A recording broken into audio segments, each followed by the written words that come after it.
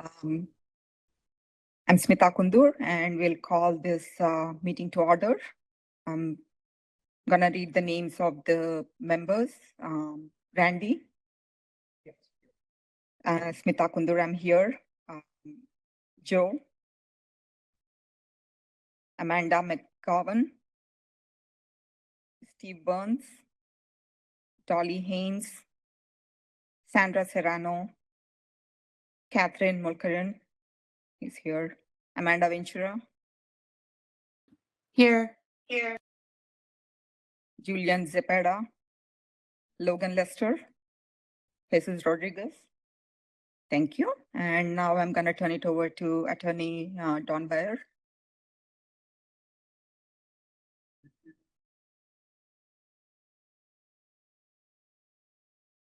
During citizens' comment, members of the public may address the the committee for up to 3 minutes on issues of interest of concern to them.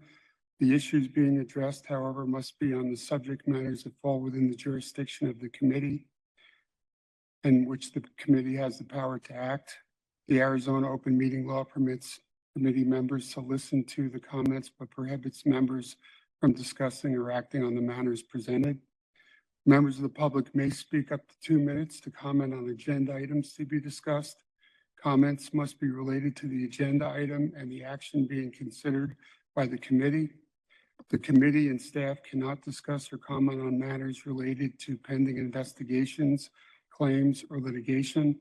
Additionally, any member of the public who appears before the committee in their capacity as a lobbyist is required by Phoenix City Code to disclose this fact before addressing the subcommittee. The City Code requires speakers to present their comments in a respectful and courteous manner. Profane language, threats, or personal attacks on members of the public, committee members, or staff are not allowed. Speakers should not act in a disrespectful manner that is openly hostile to others. A person who violates these rules may lose their opportunity to continue to speak. Thank you. Thank you. Next agenda item, we are gonna skip that for now. We are waiting for a few more members to join to take some possible action. Agenda number 3, road safety education minute. Gonna turn it over to Jamie for that.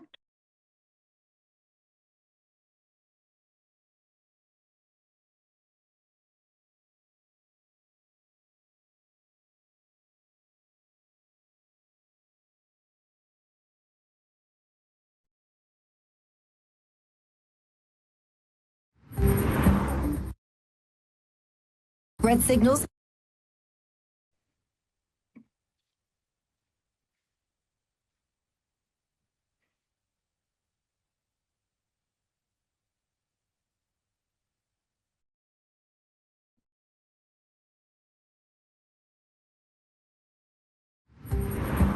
Red signals, lights, and signs mean stop.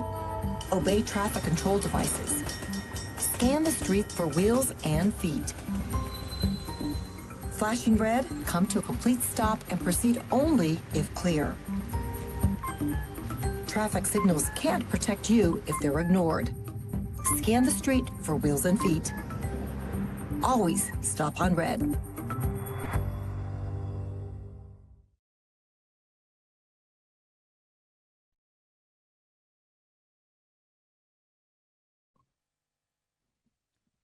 Thank you, Jamie.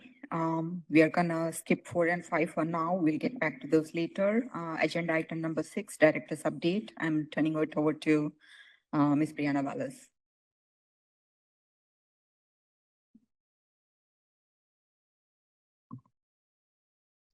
Good evening, Vice Chair and members of the committee. I wanted to provide just a quick general update related to staff. And so I am sad to say that Andy Granger will be leaving us shortly. He has accepted a promotion to the Water Services Department. And so I'm actively working on filling his role, but we wish him well in his new adventures in the Water Department. Related to leading pedestrian interval implementations, we recently completed 3 additional locations, one at 19th Avenue in Dunlap, one at 35th Avenue in Dunlap, and one at 19th Avenue in Glendale. I want to note that as we promised, the department said that we would commit to installing LPI at 12 intersections over the last year. I'm happy to say that we exceeded that goal and we implemented 17. So we are continuing to evaluate opportunities for additional LPI implementations.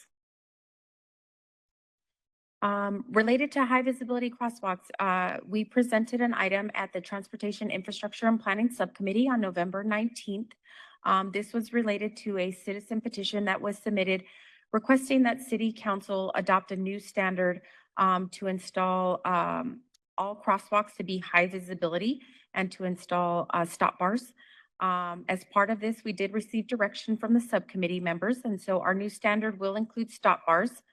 And then we're also going to move forward with upgrading crosswalks at all non-signalized intersections and at very specific signalized intersections. It's going to be done over a 7-year timeline, and as paving occurs, we anticipate that approximately 80% of our existing 6,400 crosswalks in the city today will be upgraded to high visibility in that proposed 7-year timeline. So today we celebrated a new signal activation at 91st and Campbell Avenues. It was our 1,233 third traffic signal. And so this was a really great opportunity to begin implementation of that direction. You'll see in the picture that we have added stop bars and all legs of the crosswalk because of its proximity to several schools are high visibility markings. You will see that we piloted the bar pair high visibility style at this intersection. So as part of the subcommittee, we did let subcommittee member knows and the public know that we were going to be evaluating our previous standard, which was the ladder style versus the continental, and we piloted the bar pair. So we'll continue that evaluation and make a determination on which style will be our preferred. And with that, that is all I have for director's updates. Thank you. Thank you.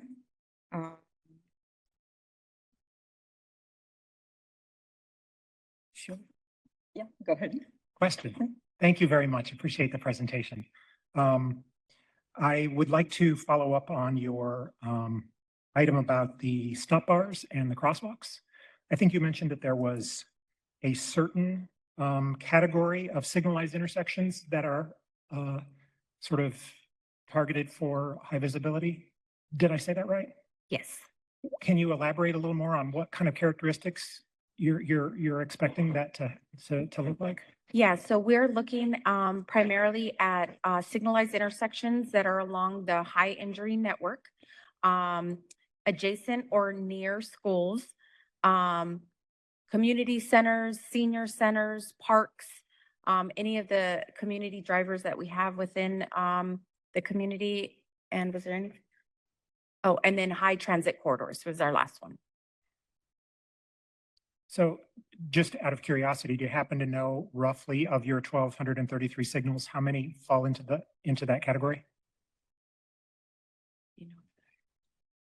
Yeah, we don't know exactly how many of the existing ones fall into that category, but it's one of the things that we're working on is developing a process so that when we rebuild a traffic signal or we happen to come up to repave a certain traffic signal, that evaluation criteria is evaluated.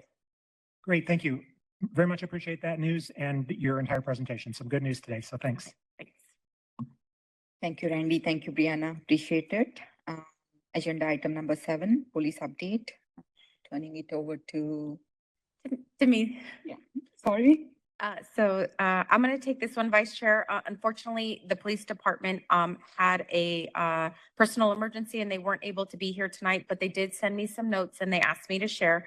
So they wanted to let the committee know that they have enacted a zero tolerance enforcement program, and it began this week. It's utilizing funds from the Arizona Governor's Office of Highway Safety. They are targeting school zones, areas surrounding school zones, and highly traveled bicycle areas. This enforcement just began, so they don't have any enforcement stats yet, but they do plan to come and present that information at a future meeting. And then the last item they wanted me to share is that they have upgraded their radar trailers to be able to gather data, so that data could be used to conduct coordinated enforcement with their motor squads. Thank you so much. Appreciate that update. And as you know, you've seen the police update is mentioned as information only at this time. So if there's any questions, we can defer to them when our police department is here, and we can talk to them when they are here. Thank you. Agenda item number 8, Teen Safe Driver Program. Turning it over to Sarah Latham and Nehemiah Ponce. Thank you.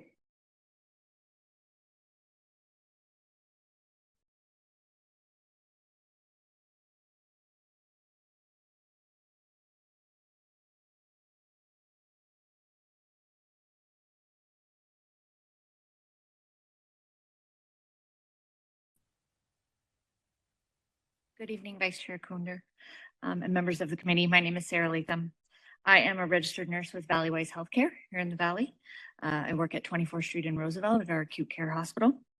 I'm here today with firefighter Nehemiah Ponce from the Phoenix Fire Department, and we would like to introduce the Vision Zero Community Advisory Committee our Teen Safe Driver Education Program entitled Survive the Drive. We have a brief agenda, and as we go through the agenda, we'll start at the beginning with the history and development of the program, data integration, promotion and marketing of the program, and we will review the course content and how we educate our audiences.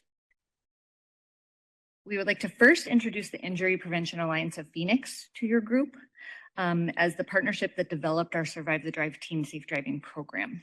IPAP, as we like to call it, was founded in 2023.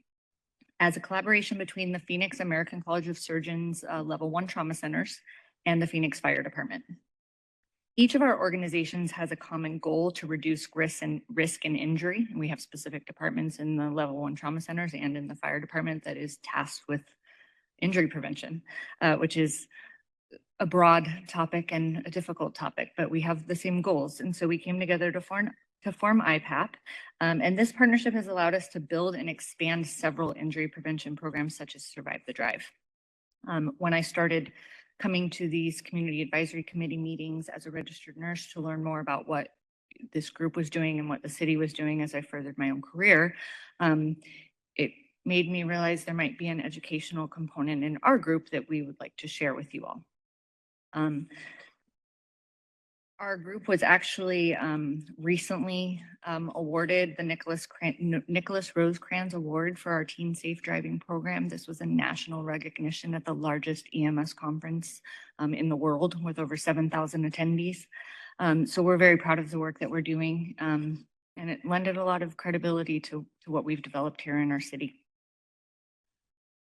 So as I mentioned, IPAP formed this. We are data-driven in developing our programs, our curriculum, and our target audience. We use collision data to ensure we are reaching the right geographical areas or the high injury networks. And we also use the data to evaluate what we will be educating on. We then use robust public messaging to fill seats in our courses, which allows us to continue to collect further data from the attendings of our courses, such as who's attending based on age, zip code that they reside in, pre and post class knowledge, to kind of evaluate our program's overall curriculum and use data to improve the program further. Prior to 2024, this class mostly was taught in schools that would allow us time and an audience with a teen focus. But in 2024, as we revamped to offer the Teen Safe Driving course to the larger Phoenix community and adults, we began to utilize collision data from 2024 and looked specifically at teen at fault accidents, drivers between the ages of 15 to 18 specifically, and we looked at the top 5 zip codes for teen at fault accidents as well to determine locations where we might want to begin offering these classes to our community as open enrollment. We found that having this information specific to our city and our audience was very interesting to the teens and parents attending our classes, and helped engagement with real life, recent, and local trends. So we are not just spewing national data that the audience thinks will never happen to me kind of scenario. So our sign up platform allows participants to view all scheduled classes, see available seats, and easily manage their reservations if they need to make changes or cancel. We use Sign Up Genius, as you can see there. The check-in form helps us capture key demographic information about students and parents, such as parent to teen ratio, who's attending, the age of the attendees, as well as I mentioned, the zip code. The platform's charts show which locations had the strongest turnout, which guides us when we select future class locations. It also records how participants heard about the class. Currently, word of mouth and social media are our biggest drivers for attendance. The pre and post tests let us assess participants' baseline knowledge and measure how effectively the material is delivered. We expect to see an improvement in scores after the class, but we can evaluate, as all test evaluations are, if our questions are validated and we're getting the information that we want afterwards, so we can pivot if we need to in future classes. Lastly, the survey, we do a post-class survey. It provides anonymous feedback on instructor performance, highlights participants' favorite part of the class, and identifies areas where we continue improving the programs. Each member of IPAP, all of the level 1 trauma centers, as I mentioned, as well as the Phoenix Fire Department, brings a unique skill set and a unique materials and equipment that we utilize to teach these classes. And so the partnership has been really good. We rely as a trusted community organization on the Phoenix Fire Department to be integral in our public messaging to drive, again, course participants. We are relying on course participants to find us in the community on their own volition. So social messaging, robust media then drives people to this sign up platform. And with that, I'm going to turn it over to Firefighter Ponce to speak about the fire department and their role.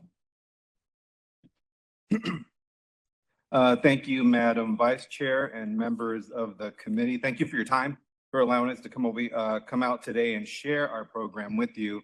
And I'm fortunate to be able to follow my friend and colleague, Sarah Latham, who has been an integral piece of our efforts regarding Survive the Drive and launching this program and getting it out there into the public. So in an effort to do that, the Phoenix Fire Department conducts a pretty robust messaging platform. A couple of weeks leading up to each class, we share the date and location across all of our socials, Facebook, X, Instagram, and Nextdoor. We use that to try and drive attendance. On our public website, on the main landing page, we have a direct link at the very bottom that will lead you directly to class registration. We're able to leverage our community risk reduction area that's able to leverage our data analysis and track the website and social media engagement. We use that to refine outreach and better target the audience that we're looking to affect a positive change in. We also post at every location, and I'll speak to that in a moment, we post in every lobby poster board. The poster boards also feature other public safety events and programs that the Phoenix Fire Department does offer. They also hand out pamphlets at every location that we give the classes at. We recently, too, our public affairs area posted on the Phoenix newsroom page various stories. One of the latest stories that they posted there was our newly kind of forged partnership with the ADOT and the MVD, specifically at the MVD and 4 offices in the city of Phoenix. They'll pass out pamphlets to newly licensed drivers or people that are just newly taking the driver's test. We're doing this in order to, again, get our seats filled in our classrooms. And they also announced, our public affairs did on the Phoenix newsroom page, the recognition we received by receiving the Nicholas Rosecrans Award. That generated a lot of interviews, a couple of on-camera interviews and some radio interviews with local news outlets. We also leverage our partnership with KTAR when we do Valley Watch on a regular basis, kind of updating our efforts there. And we partner with a lot of community-based organizations, one in particular that I just mentioned now, but there are several. Reach, it's called Reach, which is the North Phoenix Youth Prevention Resiliency Coalition. There are a lot of organizations that we engage with in an effort to try and get more information about our program out and out in front of folks, right? I'll talk now a little bit about our kind of pedagogical piece to the class. We have 2 class tracks. The first one that we began with was on request kind of one-off basis.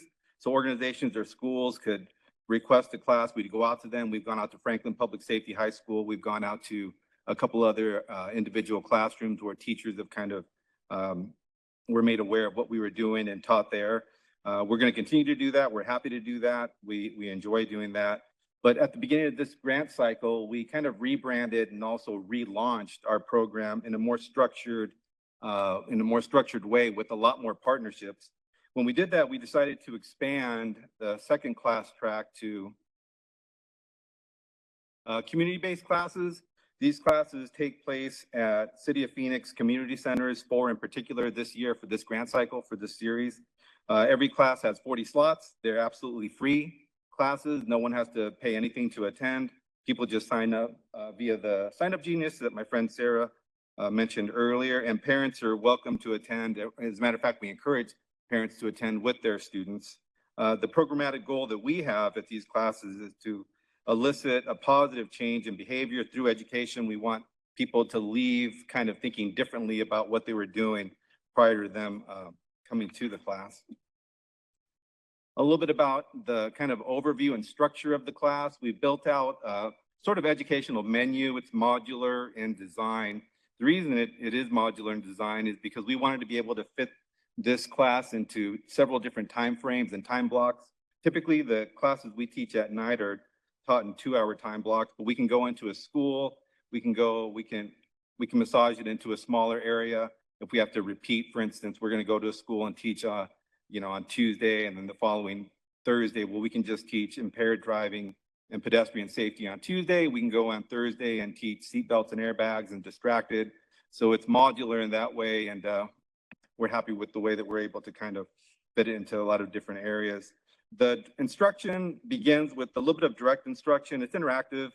There's some key elements that we always teach when we give this interactive instruction. We're always going to focus on or hit impaired driving, distracted driving, seatbelt, and airbag usage, which kind of spills a little bit into crash dynamics.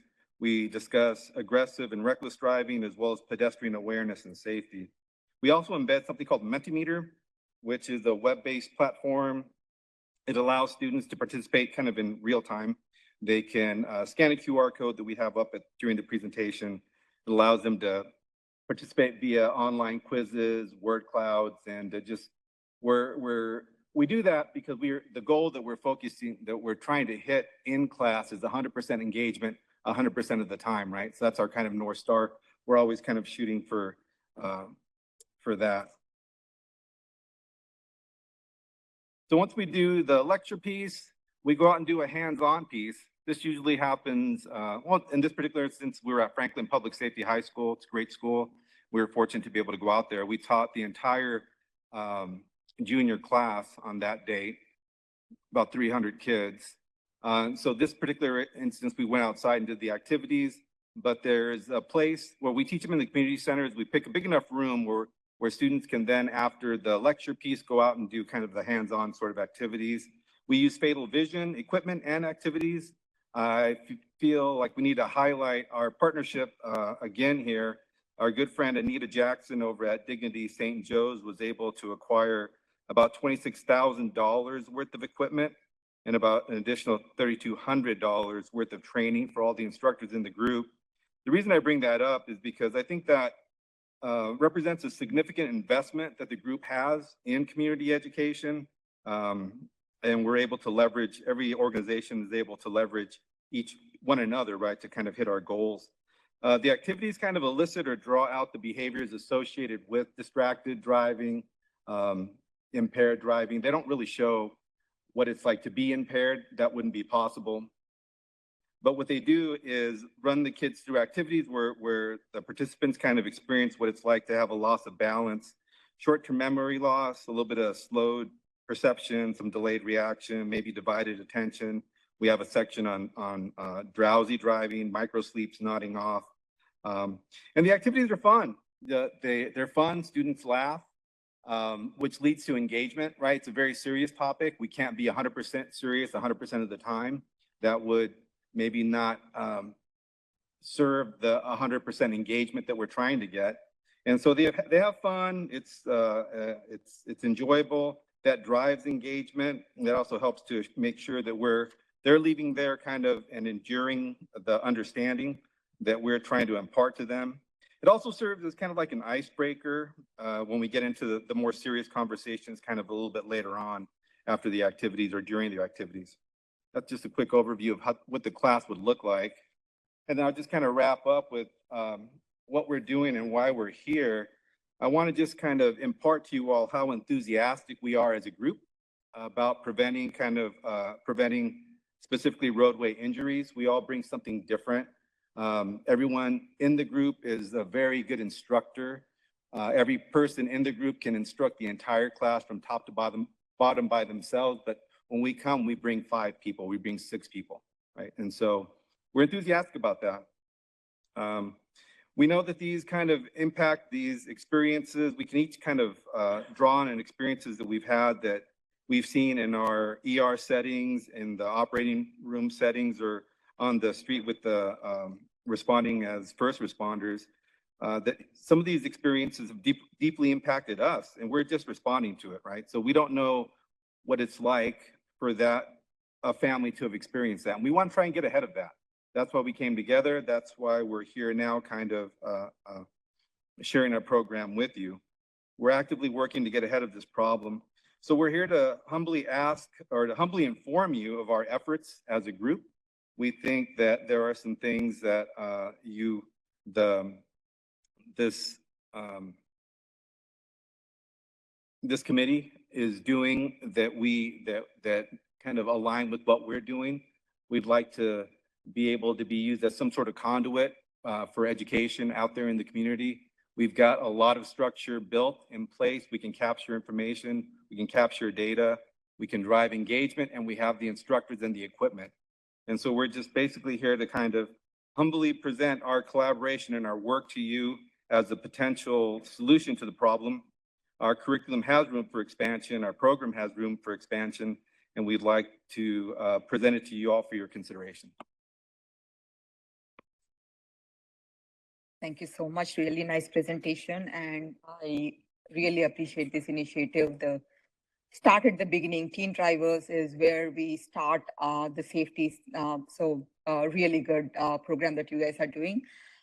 Opening up for discussion. One question I do have, one of your slides said schools is by request only. Is that request coming from the schools, or are you taking any initiative to increase that presence in the schools? So I'll speak frankly. The school requests that we get are one-offs. They're typically school systems that still have a driver's ed program, for example, and the teacher would like us to come in for a day and do some curriculum. We have had individual safety classes or health-related classes, teachers reach out to us, but at the district level, in various districts, it has been tough to do a full curriculum and embed it into the school system. So right now our requests at the schools are one-offs. Part of the reason that we're here. We do think that we have a great program that would fit into the curriculum at many school districts. And so, yeah, perhaps a bridge to that or ideas on that. Again, just people in our community and in our leadership committees knowing that this is something that we offer. Usually word of mouth is our biggest driver. And once we capture a few teachers, then we get more requests. But yeah, to Nehemiah's point, we have room to expand in that area for sure. Understood. Mhm. I'll turn it over to the committee, but I have one more question. I saw parents are also going to these meetings or workshops with the students. Is there more emphasis or to encourage the parents to go there? Because obviously change starts at home, and if a parent is there with the student, they might encourage more safe driving. Yeah, well, the community classes do happen. They happen at night in the community center, so it's almost the parents showing up there is kind of organic. It's already going to happen. But we absolutely encourage them to attend. It's a message that we all need to hear. Some of the feedback that we've gotten from families afterward is that it encourages kind of table talk, dinner talk. They're able to talk about it amongst, with one another afterwards. And that's what we're trying to get at. We want this to be more than something that they attend for, for one evening and then, forget about. We want this to kind of be continued in its reach. And I'll add to that, we currently on the Sign Up Genius, if the student that is signing up is under the age of 18, we do require a parent to attend. We have had special cases where we don't require it for special circumstances, but I would venture to say we have 100% parent attendance rate at this point with the community classes. It's typically the parents finding the classes and wanting their team to attend. So it's been good, and it increases the engagement as well, because you will watch the teen students call out their adult parents for some of the same behaviors we are discussing. So very, very good for open discussion. Thank you so much. Randy? I'm chuckling because I know that one of the things, one of the rites of passage of having a teenager is having them criticize your driving. But this is, as you said, good dinner table conversation. I'm wondering, and thank you both very much. Really appreciate the presentation. Great information. Do you have statistics on how many people you have educated, over the past X months or years? The program in the form that it's in now with the data collection piece has began in August. We do have access to that. I don't have it with me, but we absolutely are recording that. We're recording the zip codes. We're collecting some data in an unobtrusive way. We're not asking for anything very specific, but we would like to know things like their home zip code.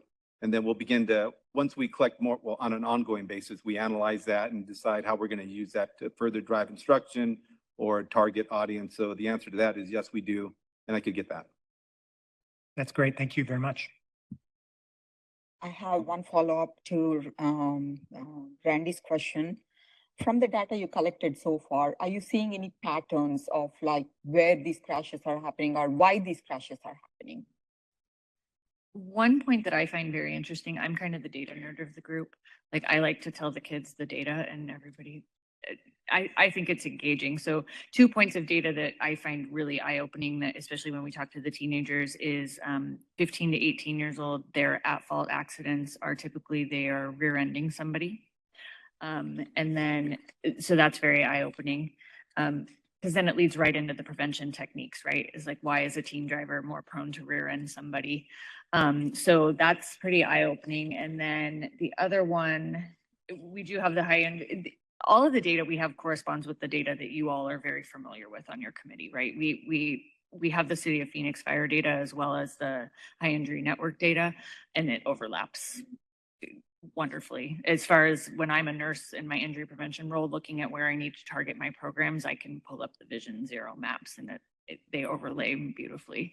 But yeah, we're starting to pull more data from that 15 to 18 range. I think it makes it more relatable if they know exactly what them and their peer groups are doing. So rear ends, we're having issues. Left-hand turns, we're having issues. Both of the things that come with inexperienced drivers on the road. And then get into more things like the aggressive driving and speeding and stuff like that. Thank you so much. I appreciate that. Yes, Catherine. Thank you. So would this take place in an alternative to like a defensive driving or diversion? It more enhances that. It isn't, we're not teaching, it's not a driving course or a driving school per se. We are going to kind of emphasize certain things like the left-hand turn and the rear end kind of prevention, but it's more of an enhancement to that. And that answers your question. Is there a way that you guys can work closer with the police to kind of bridge that together in a way that, since you guys, I guess, would try to be more like the preventative class as opposed to the reactive class, as a diversion class typically is, right? Yeah, well, we're absolutely open to collaborate with anyone. We've built a coalition almost, and we found that together we're better, right? When we kind of bring each organizational strength to the table, we can just capture that synergy, and it's taken us a lot of different places, right? And so to answer your question, we would absolutely love that. We're excited about that. We're excited about partnering with anyone who is interested in knowing more about what we do and how we can help one another. So the police department would be a welcome partnership. So they're currently not working with you guys on this? That seems a bit strange to me that they're not aware of what you guys are working on. So currently the members of IPAP, the Injury Prevention Alliance of Phoenix, we do not have a police department representation there, but at the same time, no, we do not. The group is primarily comprised of members from level 1 trauma centers, and the Phoenix Fire Department works with the level 1 trauma centers very regularly. So that's the form that the group is in now. And currently there is no member of the police department in that group. We have had discussions and hope for future discussions that are on the table involving the school resource officers. The education that they already deliver in their schools, and maybe how we could supplement that as well. Yeah. And I'd like to add to this group too, as I mentioned, I've been coming to these committee meetings on a few occasions. We've even taken some of your insight for education. I know I've heard some of the traffic engineers on the committee on several occasions talk about the engineering work that goes into what you're doing for prevention, and maybe not as much community education on what a hawk crosswalk is or an offset left-hand turn lane. And so when you talk about defensive driving tactics, it isn't that isn't this class, as Firefighter Ponce mentioned, but we are talking about how to use the engineering that goes into the city appropriately that I don't think is taught at the teen level right now. Thank you so much. Any other questions? There isn't a way to raise my hand in this platform that I can see, but I just want to congratulate you guys on your award and all the incredible work you're doing to educate young drivers and their parents by association. I'm curious, you had mentioned that you're tracking the activities in particular that seem to be really resonating with the teenage drivers. And I'm wondering, what are those activities? Just curious, how are you getting through to people, and what seems to be the most popular way for these individuals to learn about road safety? Well, we approach it a couple of different ways. We address the kind of traditional classroom learner during the lecture piece. We do make that interactive and engaging. That's where we use the Mentimeter for that. In terms of the activities, there are a lot of them. There are probably we have a menu of approximately 10 different activities that relate to roadway safety. Some of them will simulate impairment with marijuana. Some of them will simulate impairment with alcohol. Some of them will simulate opioid impairment. Some of them are kind of where you stand up and you walk across a mat. Some of them are activities where you sit down and you do puzzles. So it's hard to say exactly which one they might enjoy the most, if that's what you're asking. But all the activities are well received by anyone that kind of participates in them. But we can definitely find more information out about that. Okay, thanks. And we probably do have some of that information as well in our post surveys. We do a word cloud through Mentimeter as well, where the teens can freely give their feedback, and it's always nice to see the words pop up on, we ask one question, what did you learn the most? And what did you enjoy the most? A lot of times the enjoy the most is the goggles or the games or watching my mom do this activity or whatever. So we do have some of that data, but a lot of it's narrative. So hard to quantify, I guess. Thanks. Yeah, it's super interesting to me that this is like something that people are opting in to do. It's almost like a opt-in dare program, if that's still a thing. I'm curious if you guys were able to expand to more schools and more areas, like do you actually have the bandwidth, or what would you need to be successful? Well, one of the things that we would like to partner with other organizations for is to just get us in front of people, right? We just want people to know what we're doing. We think what we're doing is useful. We think it's engaging. We received great feedback on it, and it's a problem that we're all trying to solve. We're all kind of living through it in real time. Any sort of, we're going to continue to engage with our media, our public messaging, all that's going to always keep going. It's always going to be humming in the background.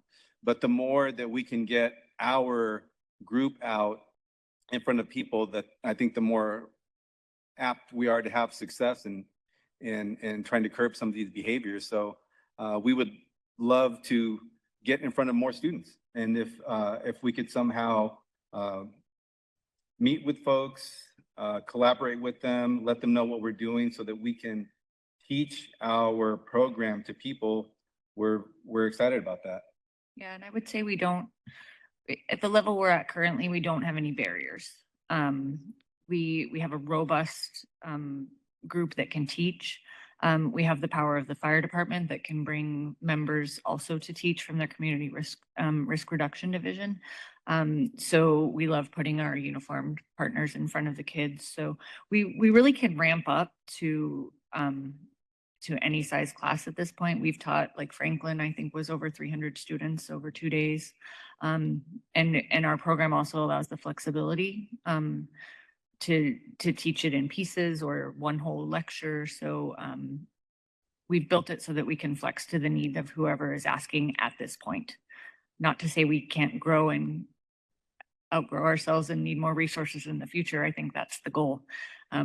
We want to get so big, we need more help, but we can, I feel like pretty confident that we can handle a lot of requests right now. We can. One more, and then I promise I'm done. Have you guys considered like a peer education component to this, where it's other youth kind of helping educate fellow youth?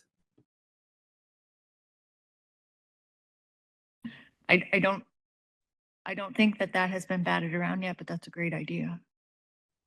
And it certainly is something that I know high schools, I have a recent high school graduate, so I know this is topics that they're talking about in their various classes, and it's a great idea. Yeah, peer-to-peer instruction is very powerful. We haven't leveraged that yet, but it is something that we're open to. Absolutely. Do you have any online resources that can be distributed to more schools for them to make a decision and invite you guys for a workshop kind of situation? So I would say our two main online resources is going to be the City of Phoenix Fire Department page. Their webpage has a lot of information about the various classes that they offer. And then we recently also built an Injury Prevention Alliance of Phoenix webpage. But right now our requests are probably the most information you can gather at this point is through the City of Phoenix webpage. And our public affairs area for the fire department is currently working on a media kit that's being developed now. Thank you. Thank you so much. Very nice presentation and very informative. Really appreciate you being here. Moving on to the next agenda item, Smart Grant Research and Tech Updates by Mr. Simon Ramos. Thank you, Vice Chair Kunda, members of the committee.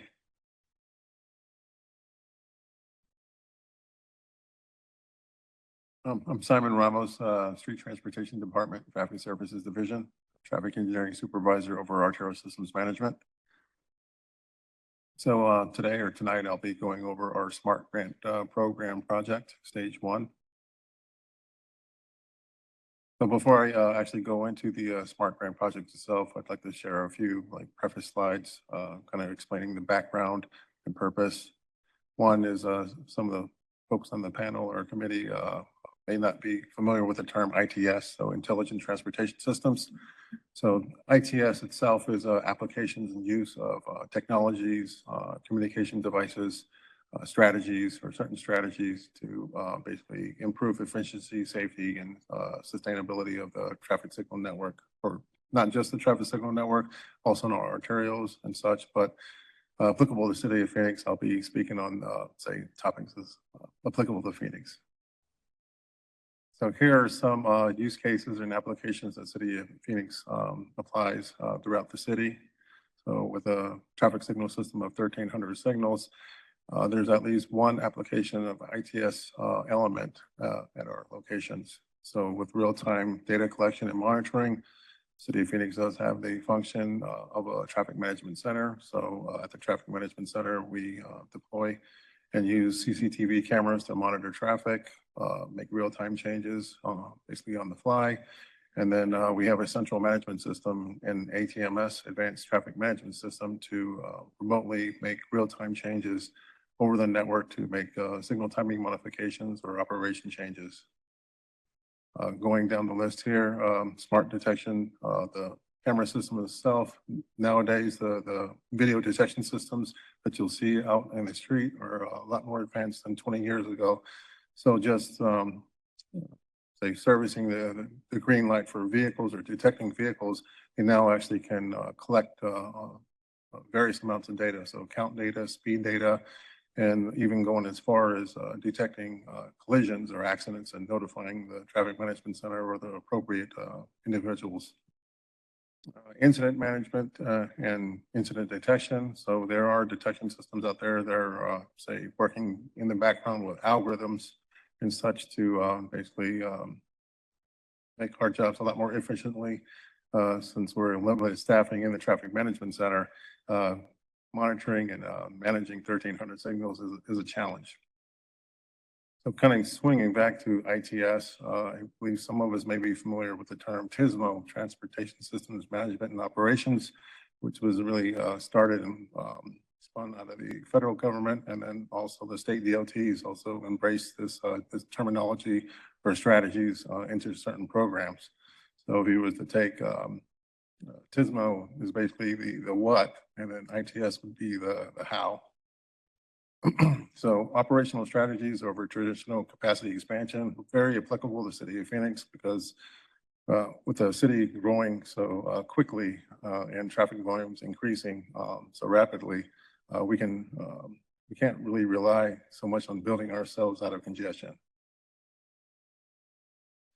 So how does City of Phoenix use ITS or leverage it? So particularly with the Street Transportation Department, again, with real-time traffic management and traffic monitoring, is traffic signal coordination. So some of you may not realize, but to coordinate traffic signals, we actually have to have a synchronization of the traffic signal controllers. So all the controllers have to be synchronized about 3-4 times in a 24-hour span, or the clock would drift. So why is that important? Because and I don't want to go into technical details of signal coordination, but if you're off 2-3 seconds from one controller to the next, that can really disrupt progression from one signal to the next. So the police department, or Phoenix Police Department, we do have an elaborate system here downtown called the Downtown DTMS, which we're currently upgrading through a federal aid project. So what is DTMS? Is basically an array of dynamic message board signs, lane control signs, so the police department can utilize them and leverage them for the benefit of efficient ingress and egress in and out of downtown area for special event management. The fire department particularly would be utilizing emergency vehicle preemption, and City of Phoenix is also, or Street Transportation is also looking into connected vehicle technology that can either supplement, complement, or possibly one day replace this technology. And last but not least is the transit department / Valley Metro. We do have the bus rapid transit applications applying geared towards transit signal priority. Along with transit signal priority is we have an elaborate light rail alignment system here in the city, which utilizes ITS, i.e. the communications network infrastructure. So these particular signals operate communicating to one another, called peer-to-peer communications. So basically the light rail would leave one station and then send a signal to the next signal, basically anticipating that the light rail train's coming, thus improving the headways. So what exactly is the SMART grant? So that was developed and created under the Infrastructure Investment and Jobs Act, the IIJA, or most of us also know as the BIL, the Bipartisan Infrastructure Law. It's funded for 100 million per year for the years fiscal years of 2022 to 2026. And basically, this is for agencies to demonstrate and utilize and leverage these projects to improve efficiency, safety, equity, and climate resilience. So this program is broken up into two stages. Stage one is planning, piloting, evaluating the technology that's being deployed, and those projects have a cap of $2 million. So with the stage one throughout the United States, there was 127 projects that were awarded. Now going into the stage two with implementation and at-scale deployment, and those projects were capped at 15 million. So currently the stage two, phase one has already gone out, and we're waiting to respond to the notice of funding opportunity. Sorry. Going into the city of Phoenix, we were awarded 1.96 million for the stage one. So what did that consist of? With our partners, Maricopa Associates and Governments, and our two vendors / manufacturers, No Traffic and Iteris. These are the two companies that basically create and develop the ITS technology, particularly in the smart detection system realm. And then University of Arizona, who assisted in the project and evaluating the data that we were able to basically derive from the both systems. And an acknowledgement to Dr. Sanjay Paul from Mobility Matrix, who assisted City of Phoenix in the project management and administration. That said, this project actually got us the 2025 Best ITS Implementation Award this year. So we're proud to accept that.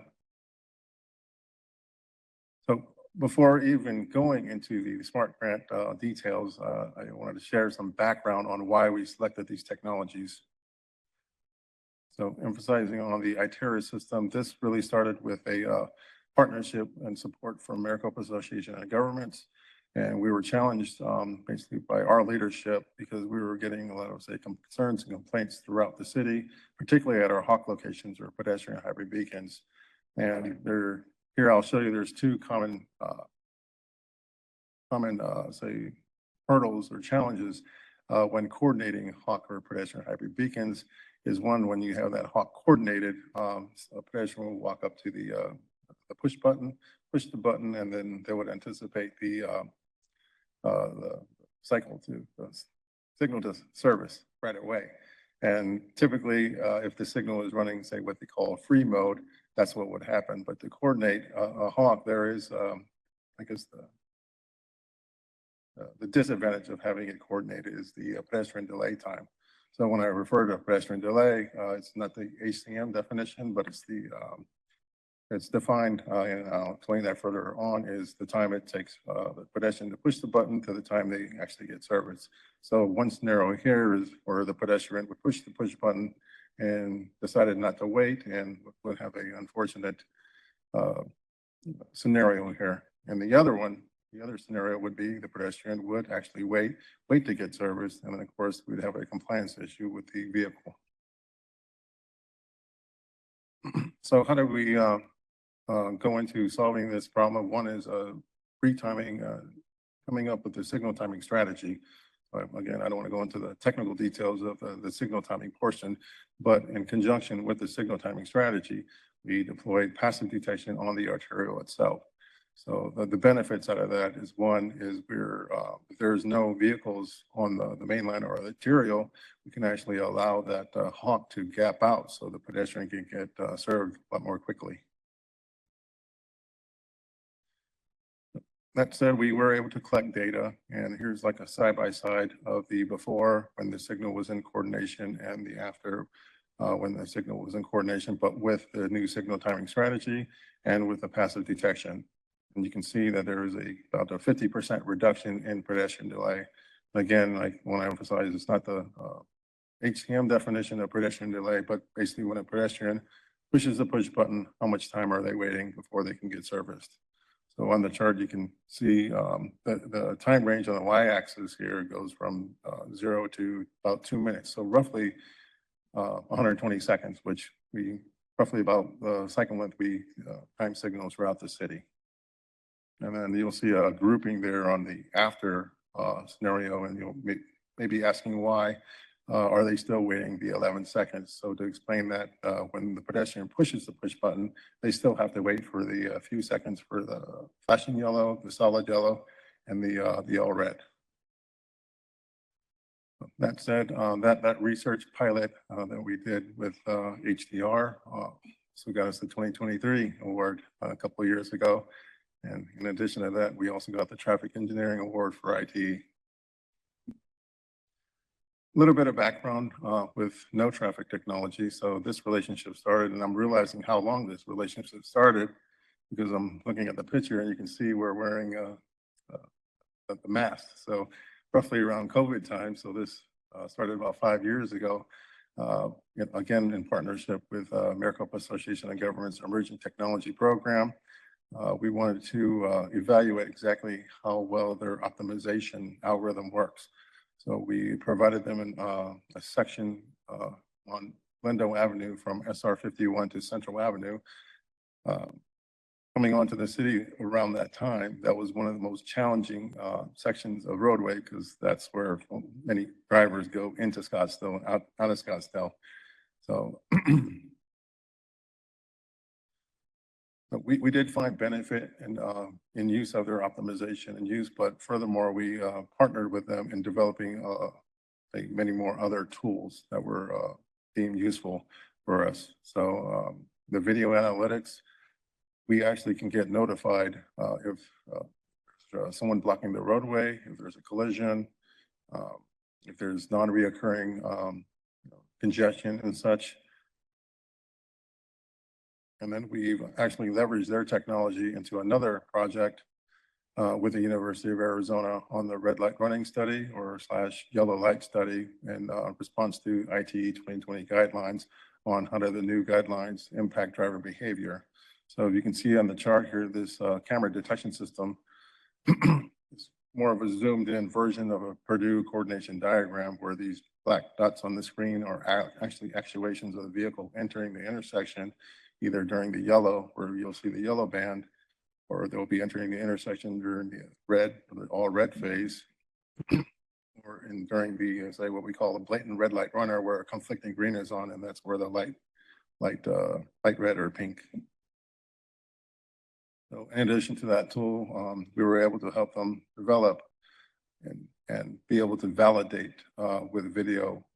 So this right here is a screenshot of what you would see on their dashboard, and you would click on one of these actuations, and then we can actually validate and confirm that it was in fact a red light running event. So those red icons you see on the screen there is actually the actual state of the traffic signal controller on the approach that they're facing. Now we can get into the SMART grant project itself. So totaling about 30 intersections. And the 20 intersections in the no traffic are there circling around the original pilot on Glendale Avenue from Central to SR 51. And then with the ITERIS detection systems, we laid them out along the Grand Canal, 10 of them. So US DOT identified 8 technology categories that this really was geared for in purpose of the SMART grant program. So as you can see, and I won't go through every one of these bullets, but we've, with our project, we've actually checked off the box with at least half of them. So what exactly do we install at the hawk locations on the Grand Canal? So, excuse me. But we added in the passive detection / advanced detection so we can detect the vehicles or oncoming traffic. We actually put non-invasive detection on the landing, so the pedestrian virtually doesn't need to push the push button, they can get the call. And then on top of that was radar detection on the crosswalk itself. So this technology can actually provide the pedestrian extra time if they're, say, a little slower to get across the street. Also, in addition to that, we are able to install the bike confirmation lights. So a bicyclist would pull up to the landing and they can look over to the pole to actually confirm that they were actually picked up by the detection system. And another one, particularly many folks after COVID were leery on touching push buttons and such or any type of anything. You could simply wave your hand across the push button and we call them the touchless push buttons. So the no traffic intersections, we also deployed the non-invasive detection. Basically this particular technology, we broke it down to lane by lane detection. They can pick up and determine end of queue type data, vehicle counts, vehicle speeds, trajectories, near misses. And this, using that same technology with the same camera system, we were able to put in the virtual detector zones on the landings and also in the crosswalks. Here's a view of what the camera actually sees out of the no traffic system. And you can see the virtual zones laid out on the landings, on the stop bars, and advanced detection further back, about 150 feet back. So when installing and deploying and configuring this technology, it does have say a learning curve or a learning period where it has to be able to distinguish between a pedestrian, a vehicle, a bus. And it does track speed, and that data was validated or verified as well. So there was a connected vehicle spin to that. So before I share the next slide, there's going to be some acronyms. So this connected vehicle technology is going to be the thing of the future, is BSMs and PSMs. So personal safety message is basically the messages broadcasted by a vulnerable road user. So vulnerable road user meaning a pedestrian or a bicyclist. And basic safety messages, the messages transmitted to vehicles, basically sharing their trajectory, time status, movements, all the event-based data that would, say, be embedded in their onboard unit in the vehicle. So, but that said, moving back to the PSMs, we wanted to look into the use cases, particularly in the pedestrians and in crosswalk warnings. So leveraging the same technology again, we were able to get, say, some volunteers to cross the street, upload or download an application onto the phones. So this, their phones are basically detected in the crosswalk and then sent to the camera detection system, and then basically can be sent back over to our servers or up on the cloud. So again, this type of data, and this is for crosswalks of the same intersection. It's the number of pedestrians, the pedestrian speed, and their trajectories as well. So why is this all important?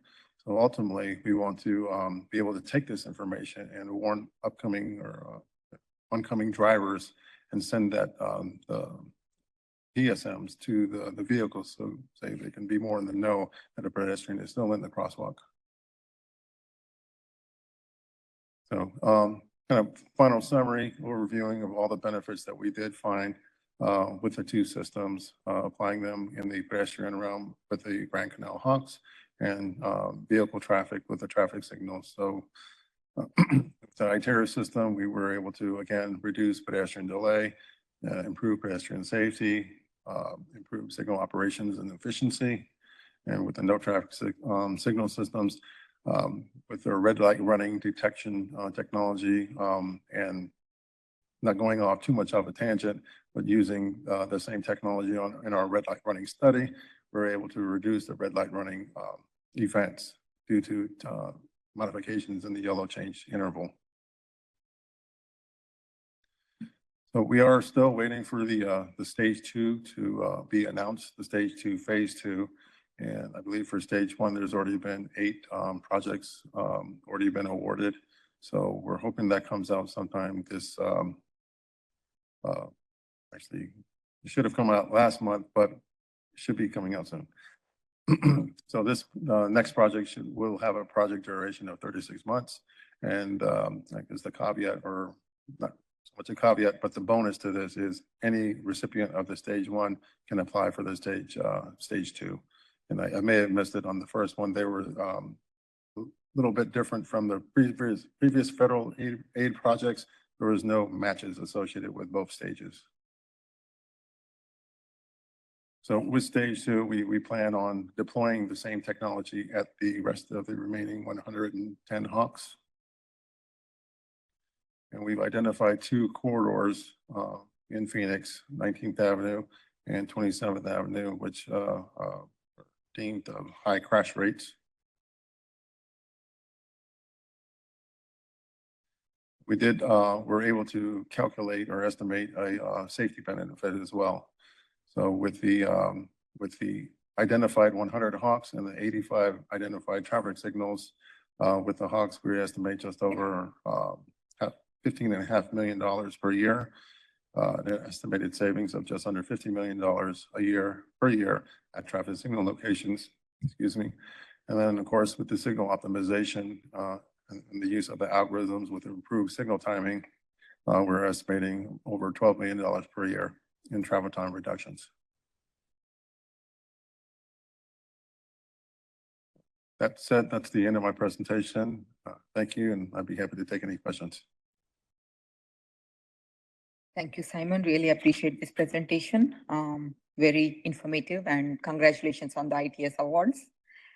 Every year, I don't sit on the committee, but I volunteer, and every year it gives us immense pleasure to announce these awards. Mostly, City of Phoenix is always on those awardee lists, so congratulations on that. Yes, Randy, you can start it. Go ahead. If you No, please go ahead. I don't want to steal your No, thunder. go ahead. You can start. I would like to congratulate the city as well. Really impressive project and some great numbers. And I think this is exactly the kind of project that this committee needs to know about. And I'm sorry we don't have a quorum today, because I think this was so important. And I really am so thankful to have you here to present it to us today. So thank you.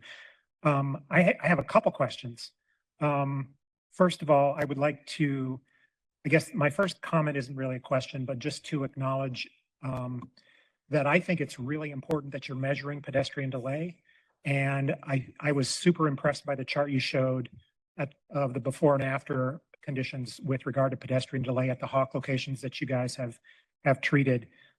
Because I think pedestrian delay is one of the real reasons why Hawks are not improving safety more than they already are, is because, as you said, people are unlikely to want to wait 2 minutes for the cycle to change through. So I'm really encouraged by the numbers that you're getting, the reduction in pedestrian delay, and I'm encouraged that it's being measured, because that's something that we don't often do. We measure delay for vehicles a lot, but we don't measure delay for pedestrians that often. So thank you.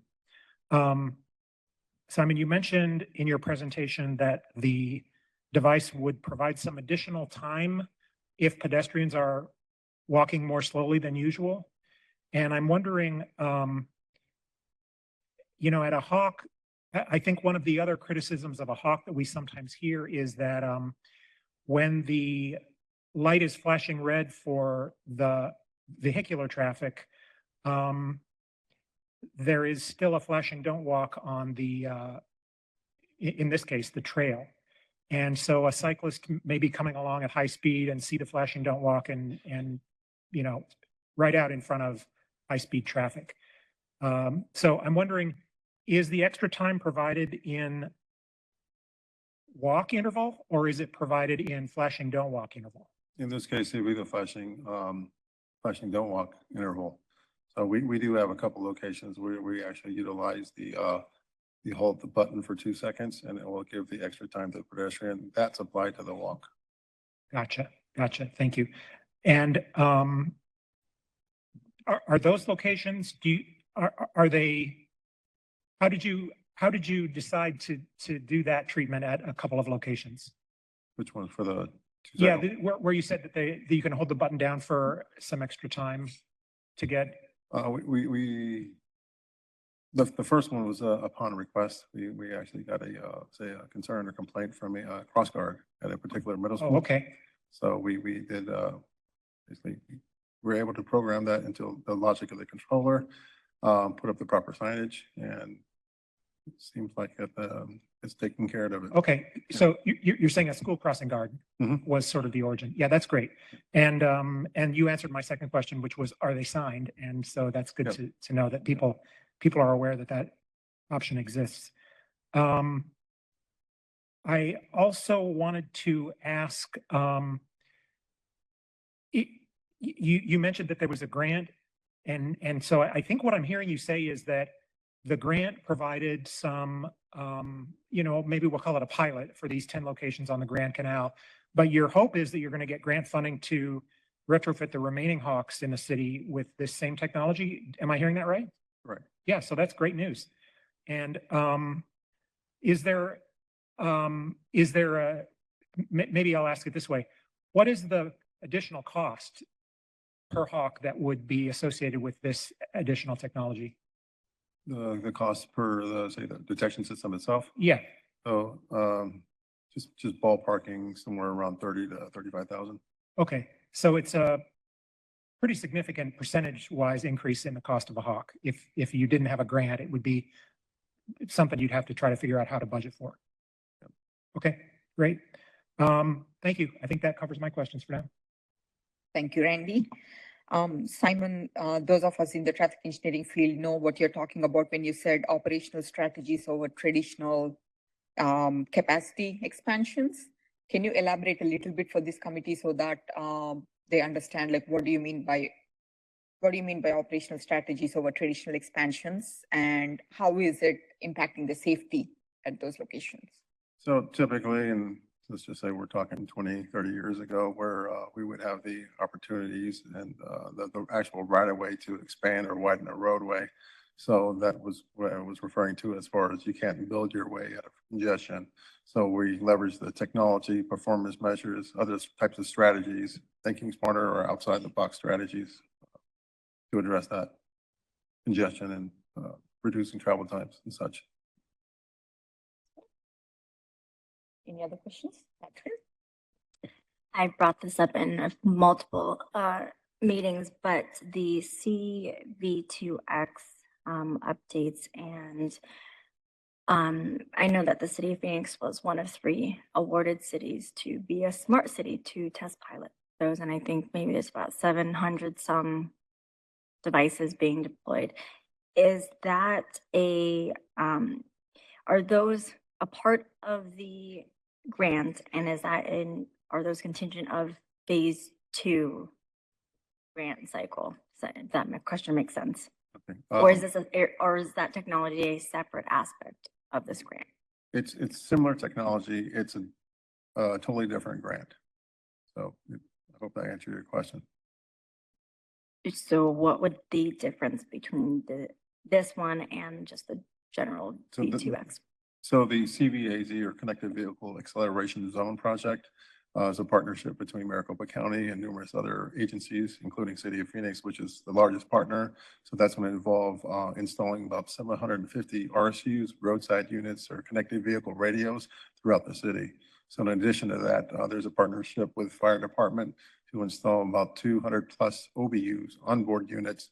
And this is the part where I had mentioned previously in my presentation, where it could potentially complement or the goal is to replace the traditional EVP system.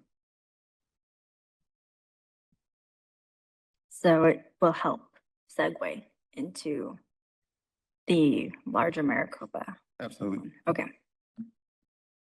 Thank you, Catherine. Any other questions? Any members from online? Right, hearing none. Thank you so much, Simon. Really appreciate this presentation. Moving on to the next agenda item, agenda number 10, request for future agenda items. This is for open for committee members. Yes, Randy.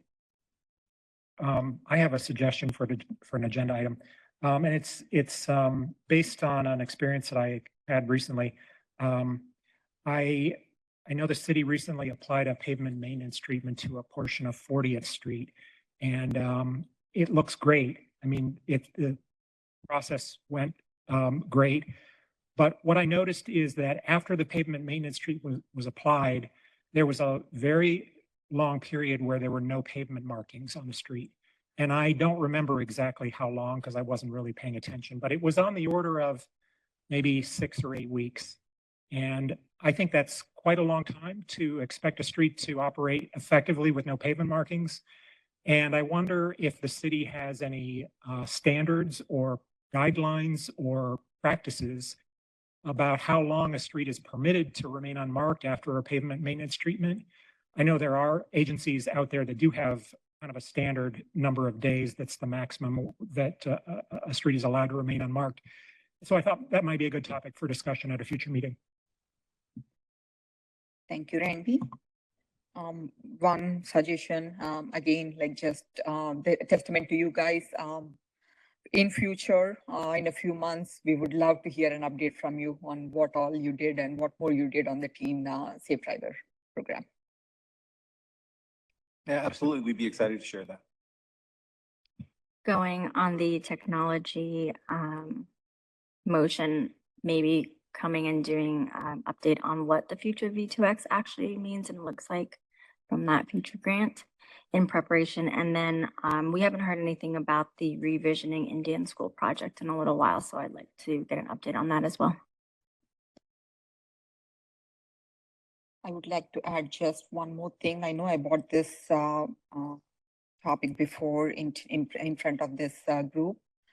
One of the future agenda items I would like to request is like an educational program of the engineering improvements that we are doing on the city roadways. Like I've heard some ambiguity, or like people are still not understanding how hawks work.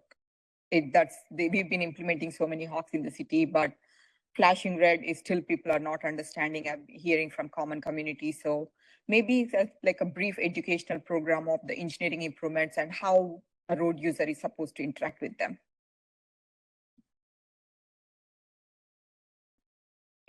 Any other suggestions? All right, thank you.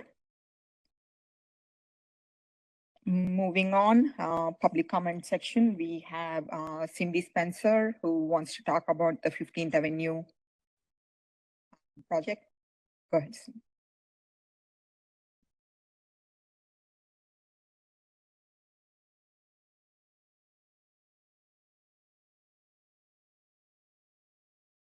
My name is Cindy Spencer, and I spoke 2 months ago at the meeting. Ed asked me to come down and speak to all of you, and I explained that we had a site visit to 15th Avenue and Grant where we had the truck miss the curve again and crash into my warehouse and explode and cause a fire that took 4.5 hours to contain and burned my tenant's entire inventory to ashes.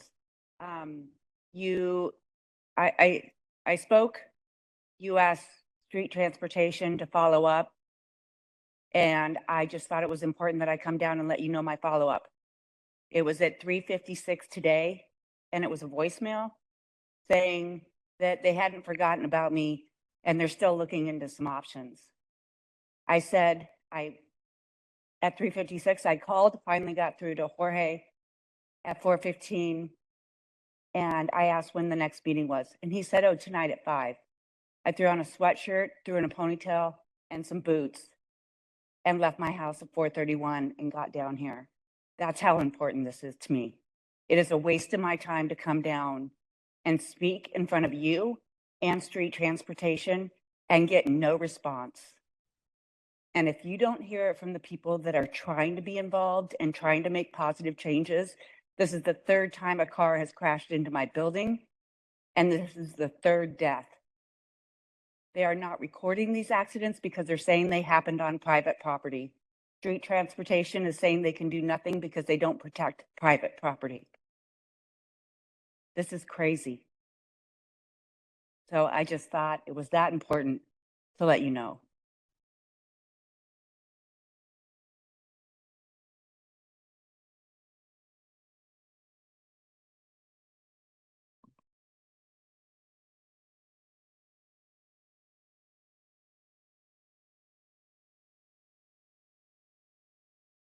Thank you, Cindy. Appreciate for sharing your concerns. Right, Jamie, we still don't have quorum, right, for the remaining agenda? We only have Sandra, so we have 5 members. All right, thank you so much, everyone, for being here today. We have a few more agenda items that we needed action, but we are gonna defer them to the next meeting. Thank you, everyone. Appreciate it.